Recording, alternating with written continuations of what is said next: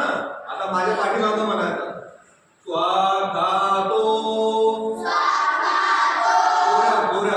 स्वाधातो भगवता धम्मो धम्मं नमस्सामि।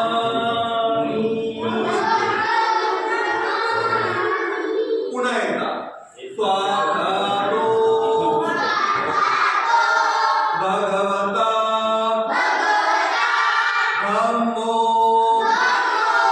धम्मं नमस्सामि।